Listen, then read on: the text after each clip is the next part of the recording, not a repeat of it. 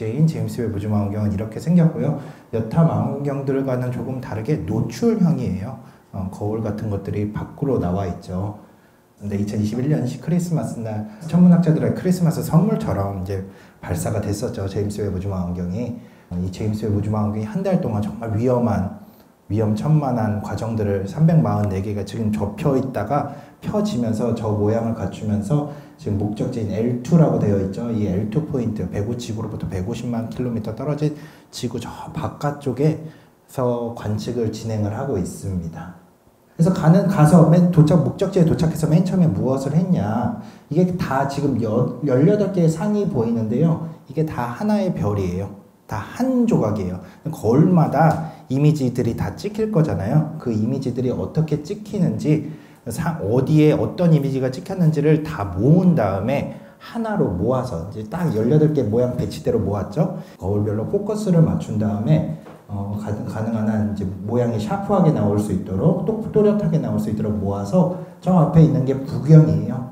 부경에 이제 이 빛들을 모읍니다. 이 부경의 빛들을 모으면은 이 가운데 디텍터로 쫙 들어오겠죠. 그렇게 해서 한 달이 조금 넘는 기간 4개월, 5개월 동안 이 거울 정렬 작업을 했었습니다. 거울 정렬 작업의 결과가 이 결과물이에요. 정말 별이 빽빽하게 많이 있죠. 예전에 제가 박사 과정을 받을 때 가장 많이 사용했던 게 이 와이즈하고 스피처라는 데이터예요. 와이즈도 많이 이용했지만 스피처를 봤을 때 훨씬 더 해상도가 좋았기 때문에 정말 좋다라고 그랬었거든요. 둘 다 적외선을 이용한 망원경인데 제임스 웹 우주망원경도 적외선을 이용해서 쓰는 망원경. 근데 오른쪽에 보시면은 아예 다르죠. 급이 달라요. 개안했어요, 정말. 이렇게 자세하게 보일 수가 없어요.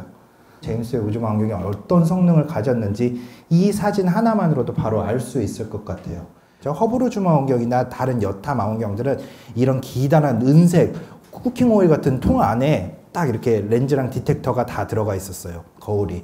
그런데 이건 노출형이죠. 그러다 보니까 신경을 써야 될 것들이 있었어요. 과학자들이. 바로 뭐냐면은 미소 유성체와 충돌을 할 수 있는 위험이 있어요. 그걸 다 계산을 했거든요. 그렇기에 L2 포인트는 그나마 괜찮을 거다라고 해서 보냈음에도 불구하고 오른쪽 아래에 보시면은 한 대 얻어맞았죠. 계산을 했음에도 불구하고 조금 더 세게 얻어맞았다. 이게 거울 정렬을 다 하고 초점도 다 맞춘 상태에서 얻어왔다 보니까 그 이후에 보정 작업을 하느라고 조금 오래 걸렸는데, 그렇지만 워낙에 튼튼하게 만들었기 때문에 관측하는 데는 별 문제가 없었습니다. 그래서 JWST, 제임스 웹 우주망원경이 어떤 임무를 수행을 해야 되느냐. 빅뱅 직후 우주 초기의 모습, 그러니까 우리가 볼 수 있는 한계 끝까지 한번 봐보겠다. 이게 제임스 웹 우주망원경의 가장 큰 임무였고요. 두 번째로 외계 행성의 대기와 관측. 외계 행성을 우리가 왜 관측을 할까요? 그렇죠. 외계 생명체의 존재 여부를 확인하기 위해서요. 외계 행성이 있다는 것은 알아요. 그리고 어떤 행성들이 존재를 하는지도 너무나 잘 알려져 있는데, 그럼에도 불구하고 우리가 외계 행성의 대기를 관측을 하겠다? 대기에는 예를 들어서 생물이 호흡을 하거나 아니면 배설을 하거나 이런 것들이 다 대기의 조성에 영향을 미치기 때문에 영어로 바이오 시그니처라고 그러죠. 이런 것들이 대기에 남아있는지, 생명활동에 대한 근거가 남아있는지를 확인을 하려고 대기를 관측을 하는 겁니다. 그리고 별의 탄생과 죽음, 적외선 망원경이에요. 적외선 망원경은 뚫어서 먼지 구름 속을 들여다볼 수가 있습니다. 그래서 별의 탄생과 죽음에 대해서 연구를 할 거고, 은하의 진화, 그리고 은하가 어떻게 발전해 갔는지, 은하들이 어떻게 생성되는지 이런 것들도 제임스 웹 우주망원경은 밝혀볼 예정입니다. 작년 7월 12일 날 등장했던 첫 번째 이미지가 바로 이 이미지였어요. 스맥스 0723이라는 당시에 가장 먼, 적외선으로 봤던 가장 먼 은하의 모습을 본 거예요. 가장 눈에 띄는 게 이런 활 같은 모양이죠. 이런 걸 중력 렌즈 현상이라고 그래요. 중력 렌즈 현상이 뭐냐면은 우리 트램폴린을 생각을 하시면 좋아요. 트램폴린에다가 볼링공 같은 거를 하나 딱 놓으면은 휘잖아요. 이렇게 휘었을 때 빛이 그 공간을 따라서 한다 그러면은 멀리서 퍼져나가야 될 빛이 이거 여기 중간으로 딸려오는 거죠. 그래서 멀리 퍼져나가야 될 빛들이 이렇게 활처럼 휘어서 우리 눈에 보이는 현상입니다. 이 7월 12일 날 공개됐을 때 5개가 공개가 됐었거든요. 제임스 웹 우주망원경의 임무에 대해서 설명을 하는, 대표하는 이미지들이었거든요. 첫 번째가 우주 초기의 모습을 보는 거, 두 번째가 외계 행성의 대기, 외계 행성의 대기는 어떻게 관측을 하느냐? 여기서 보시면은 별이 있고 별 앞을 행성이 지나갈 때 여기 보시면 이렇게 보이는 게 대기예요. 그래서 별 앞을 지나가면은 별빛이 요만큼 빠지겠죠. 그래서 별빛이 감소하는 것을 보고 얼마나 큰지, 얼마나 빨리 도는지, 이게 언제 다시 한 번 더 일어나는지 이런 것을 보면서 행성의 특징과 크기와 주기, 그 다음에 질량까지 알아낼 수가 있어요. 그래서 나왔던 것이 그 대기를 뚫어서 온 것들을 보고 아, 여기 물이 있구나, 구름이 있구나, 또 다른 성분들이 있구나라는 관측 결과를 얻어냈습니다. 그래서 제임스 웹 우주망원경의 임무를 보여주기 위한 데이터가 같이 공개가 됐었고요. 이 이미지는 별이 죽어가는 모습을 보여준 이미지입니다. 이 두 개는 같은 남쪽 고리 성운이라는 건데 같은 이미지인데 하나는 near spec이라고 하는 근적외선, 그리고 오른쪽은 중적외선의 이미지예요. 여기서 보시면은 여기 별 두 개가 보이는데 왼쪽에 빨간 별이 이 형체를 만들어내는 가스들을 뿜어낸 그 별이고요. 또 은하의 진화에 대해서 여기는 잘 보이진 않는데 은하 두 개가 충돌하고 있는 모습이에요.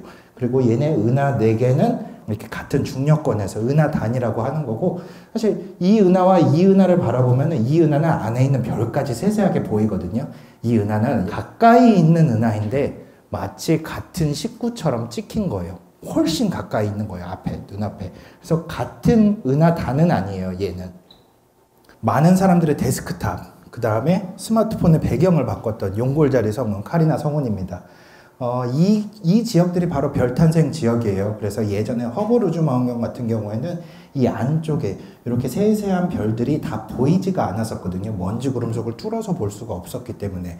왜냐하면 허블 우주망원경은 우리의 눈으로 보는 것처럼 가시광선이에요. 그러다 보니까 이렇게 볼 수가 없는데 저게서는 다 뚫어서 볼 수가 있어요. 이 먼지 구름 속을. 그래서 이런 별이 어떻게 태어나고 있는지를 볼 수가 있었습니다. 그동안 허블 우주망원경으로도 먼 우주를 관측을 한 적이 있었어요. 허블 울트라 딥필드라는 사진 보신 적이 있을 거예요. 허블 우주망원경으로 아무것도 없는 곳을 한번 찍어보자. 오랫동안 찍어보자. 그러면 뭐가 나올까? 처음에 제안을 했을 때 이게 무슨 말도 안 되는 소리냐 했었는데 찍어보니까 그 안에 수만 개의 은하들이 있었단 말이죠. 허블 우주망원경은 능력치의 한계로 인해서 G라고 되어 있는데 이거는 얼마나 먼지를 보여주는 거라고 생각을 하시면 돼요. 우리가 얼마나 멀리까지, 숫자가 커지면 커질수록 먼 쪽을 본다고, 빅뱅에 가까운 쪽을 보신다고 생각을 하면 돼요. 그래서 허블의 한계는 10일 정도였어요. 그래서 GNG11이라는 은하를 발견한 게 허블이 제일 멀리 발견한 거였어요. 그럼에도 불구하고 제임스 웹 우주망원경 얼마나 성능이 좋냐면은 이거는 아까 그 스맥스 0723의 그 은하의 한 부분을 확대를 한 거거든요. 요 노란 점들 보이세요? 요 노란 점들, 여기도 노란 점들이 보이시죠? 성단이에요. 저 먼 은하에 별들에 모여있는 성단까지 볼 수가 있을 정도로 해상도가 높아졌어요. 제임스 웹 우주망원경. 그럼 우리 얼마나 멀리까지 볼 수 있는지를 한번 봐보자 그랬는데 아까 허블 우주망원경이 얼마까지 볼 수 있다고 그랬죠? 10일. 그거보다 더 크면 더 멀리 보는 거예요. 더 먼 우주를 보는데 이미 14, 12, 11, 10 다 넘어버렸어요. 첫 번째 한 방에. 그만큼 오래 관측을 하지도 않았는데 먼 우주를 보기 시작했음에도 불구하고 벌써 엄청나게 많은 것들이 나왔다. 이거는 CEERS 93316이라는 은하인데 아까 G값이요 16.7이에요. 이거는 뭐냐면은 빅뱅이 일어나고 얼마 안 돼서 2억 5천만 년밖에 안 된 거예요. 예전에 빅뱅 이론은 최초의 별이 1억 5천만 년 후에 태어나고 그 별들이 모여서 생긴 원시 은하, 그래 아주 조그만 이렇게 조그만 은하들이 한 3억 년쯤에 생겼을 거라고 생각했는데 이미 이렇게 밝고 그 다음에 안에서 별이 형성되고 있는 스타 포메이션이 활발하게 일어나고 있는 은하가 이미 2억 5천만 년 전에 존재를 하고 있었다는 증거가 나타난 거예요. 그건 뭐냐? 빅뱅에서 그동안 주장을 해왔던 이론들이 조금씩 수정이 되어야 된다는 관측 결과예요. 숙제들이 생기기 시작했죠. 천문학자들이 숙제를 받기 시작했습니다. 그래서 별 탄생의 순간들을 제임스 웹 우주망원경이 보기 시작했습니다. 별이 어떻게 형성이 되냐면은 별은 아까 그 보셨던 카리나 성운에서 보셨던 먼지 구름 있죠. 산 모양과 같은 그런 두꺼운 먼지 구름 속에서 이런 원반 모양 안에 별들이 점점 모이다 보면은 이게 회전을 하잖아요. 회전을 하다 보면 별들이 모이고 이렇게 도자기 굽듯이 이렇게 압축이 되다가 끝쪽에 있는 것들, 원래는 구 모양일 거잖아요. 물질들이 고르게 퍼져 있다 그러면. 그러다가 돌면 압축되고 물질들이 위아래로 극으로 쫙 빨려 들어가요.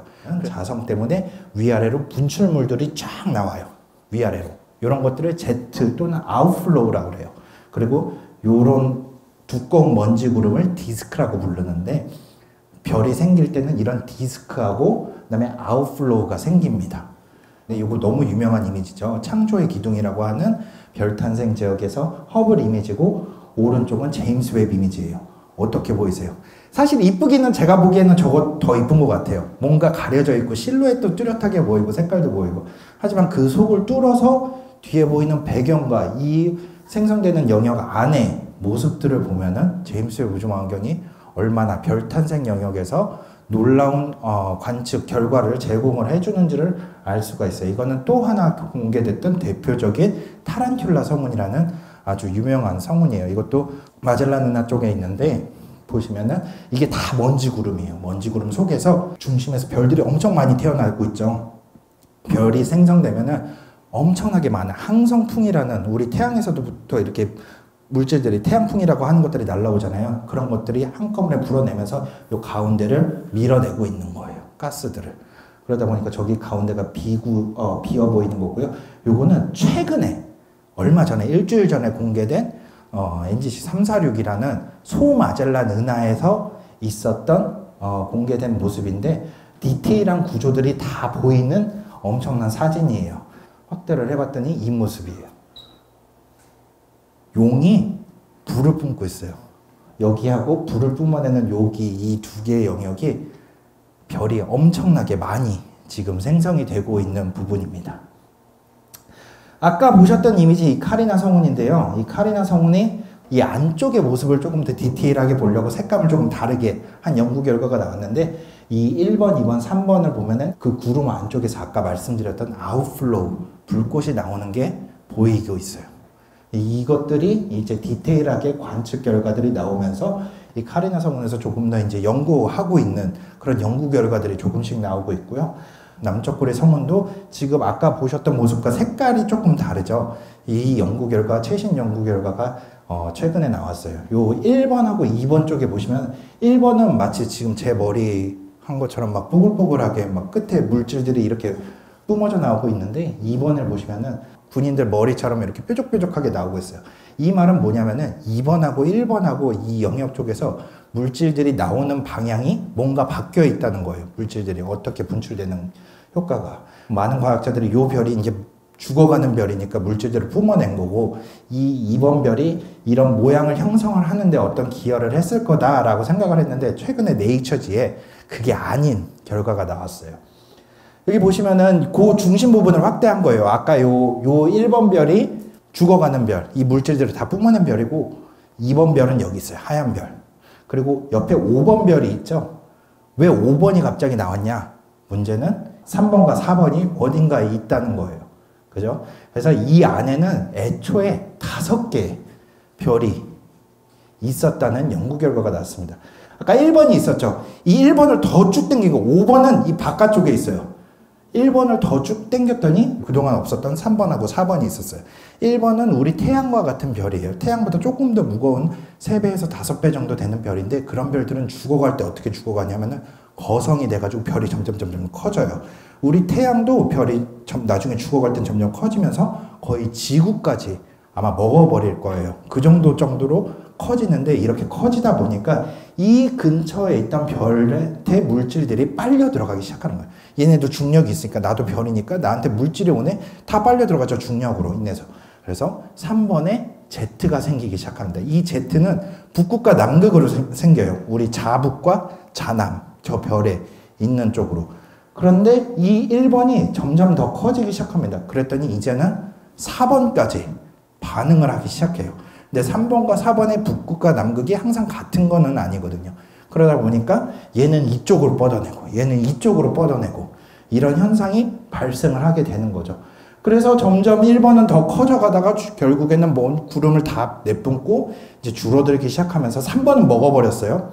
그리고 4번도 이제 흡수해가는 과정이에요. 그래서 두꺼운 자기가 내뿜은 먼지 구름 속에 차갑게 식어가고 있다가 아까 5번이 있었죠. 바깥에. 이제 이 별이 이제부터 역할을 하기 시작합니다. 이미 뿜어져 나간 가스들은 저기서 옅게 색깔을 내뿜고 있는 거죠. 그래서 5번이 이제는 1번 주위를 돌면서 휘젓고 다닙니다. 이렇게 막 휘젓고 다녀요. 그래서 안에 내부 구조들을 만들어내게 되는 거죠. 2번은 여태까지 아무것도 안 했어요. 그래서 결국 이런 모양을 만들어낸 거는 1번 안에 있었던, 근처에 있었던 3, 4, 5번이 어떤 역할을 한 거지 2번은 처음부터 방관자였어요. 그러니까 많은 천문학자들이 다 속았던 거죠. 시뮬레이션을 통해서 봤더니 그런 결과가 나왔다. 그래서 자세히 보시면 이쪽 방향의 모양하고 이쪽 방향의 모양이 다 달라요. 이렇게 나오는 모양에 두 개의 축이 있어요. 그게 3번과 4번이 별이 만들어낸 그 Z로 인해서 물질들이 뿜어낸 그 축이라고 보시면 되고, 2번이 이거를 다 만들어낸 것처럼 했지만 애초에 2번은 아무것도 안 했고 지금도 아무것도 안 하고 있습니다. 그리고 제임스 웹 우주망원경은 최근에 우리 태양계도 바라봤었어요. 사실 태양계를 바라보는 거는 쉬운 일은 아니에요. 여러분들 하늘에 보시면 목성도 빨리 움직이고 토성도 빨리 움직여요. 가까이 있는 것들은 엄청나게 빨리 움직이는데, 그리고 밝아요. 가까이 있다 보니까. 제임스 웹 우주망원경은 사실 먼 곳을 보기 위해 적합하게 관측이 되어 있었기 때문에 태양계 관측을 하는 건 쉽지를 않음에도 불구하고 관측을 했는데 엄청난 성과를 거뒀죠. 그래서 보시면은 링의 모습, 그러니까 목성도 띠가 있어요. 목성이 띠도 보이고 저렇게 조그마한 위성들의 모습도 촬영하는 데 성공했습니다. 물론 화성도 촬영을 했어요. 사실 화성은 이미 돌고 있는 궤도선들이 엄청나게 고해상도의 사진을 주고 있기 때문에 이만큼 디테일한 건 없지만 그래도 열의 복사라든지 아니면은 이런 지형의 모습들을 다 찾아낼 수 있는 데도 했었고, 요거 혹시 뭔지 아세요? 요거 해왕성의 모습이에요. 해왕성의 모습, 유리구슬 같이 나타난 이 모습도 고리도 촬영을 했습니다. 그리고 최근에 토성의 위성인 타이탄의 모습도 촬영을 하면서 여기 구름이 있고, 타이탄은 유일하게 지구 다음으로 표면에 액체가 있는, 액체 바다가 있는 게 유일하게 확인이 된 위성이에요. 여기에 보시면 크라켄 말에 크라켄이 살고 있는 바다다. 그래서 액체 바다, 메탄으로 된 바다가 존재하고 있는 모습도 찍어냈습니다. 제임스 웹 우주망원경은 외계행성을 보는데, 사실 제임스 웹 우주망원경은 언제 처음 만들어지기 시작했냐? 구상이 되기 시작했냐면 1989년도예요. 엄청 오래됐죠. 1989년도에 뭐가 있었냐면은 그 당시에는 외계행성이 하나도 발견되지 않았었어요. 없었어요. 우리가 알고 있는 외계행성이 없었어요. 우리가 알고 있는 외계행성은 1992년 그리고 1995년에 처음 발견됐습니다.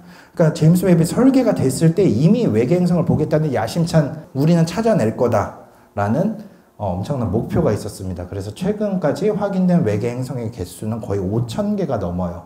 그래서 어떻게 제임스 웹 우주망원경이 대기를 관측을 하느냐 보면은 이런 대기에는 물이라든지 메탄이라든지 이산화탄소 같은 대기 성분들이 있는데, 이 별빛을, 외계행성이 이 별 앞을 돌면은 이렇게 별빛이 감소를 하겠죠. 이렇게 별빛이 감소를 하는데 전부 별빛이 들어오다가 이 대기를 이루고 있는 분자 구조에 따라서 몇 개는 흡수하고 몇 개만 나가요. 그래서 흡수된 양과 흡수된 것들을 분석을 하면 어떤 분자들이, 대기가 어떻게 이루어졌는지를 우리가 알 수가 있습니다. 제임스 웹 우주망원경 그렇게 관측을 하고요. 그렇게 관측을 해서 나온 결과들이 물도 있고 황도 있고 뭐 CO2도 있고 이런 대기 관측 결과 분포들을 나타냈습니다. 최근에는 트라피스트 1이라는, 아시는 분들은 아실 수도 있는데 아주 지구와 유사한 골디락스 존에 있는 7개의 행성이 있는데, 이 행성들을 관측을 했어요. 지구하고 거의 비슷하고, 7개 모두 지구하고 거의 비슷하고요.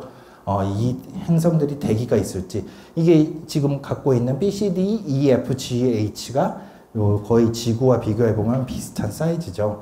그래서 여기에 정말 많은 분들이 기대를 하고 있었어요. 생명체가 살고 있을 거다. 그래서 최근 연구 결과가 나왔는데 아무것도 검출이 안 됐어요. 아무것도 검출이 안 됐는데 이게 무슨 말이냐? 목성이나 해왕성 같은 그런 기체로 된 행성들은 대기 상층부에 수소 기체가 옅게 퍼져 있어요. 근데 그게 검출이 안 됐다? 적어도 얘네들은 암석이다 라는 것을 간접적으로 우리가 알 수 있는 결과예요. 그리고 최근엔 S435b라고 하는 지구와 똑같은 사이즈의 행성을 제임스 웹 우주망원경이 처음으로 발견한 결과가 나왔어요. 그래서 제임스 웹 우주망원경은 사실 무언가를 발견해내려고 하는 것은 아니고 그동안에 발견된 외계 행성을 관측을 하는 게 임무였는데 최근에 발견까지 해내는 성과도 거뒀습니다. 지금 이 많은 결과들이 6개월 만에 나온 결과들이에요. 채 1년도 관측을 하지 않은 결과인데 앞으로 20년 동안 관측을 할 예정이니까 그 결과가 어떻게 나올지 저도 궁금합니다. 앞으로 나올 때마다 아마 여기에서 꼭 다루지 않을까 생각을 하는데 책에서 다루지 않을까 생각하는데 앞으로도 많은 관심 가져주시고 여기서 앞으로 나오는 연구 결과들도 저희 국립과천과학관 유튜브 채널이나 아니면 안들과학 채널에서 잘 다뤄드리도록 하겠습니다. 감사합니다.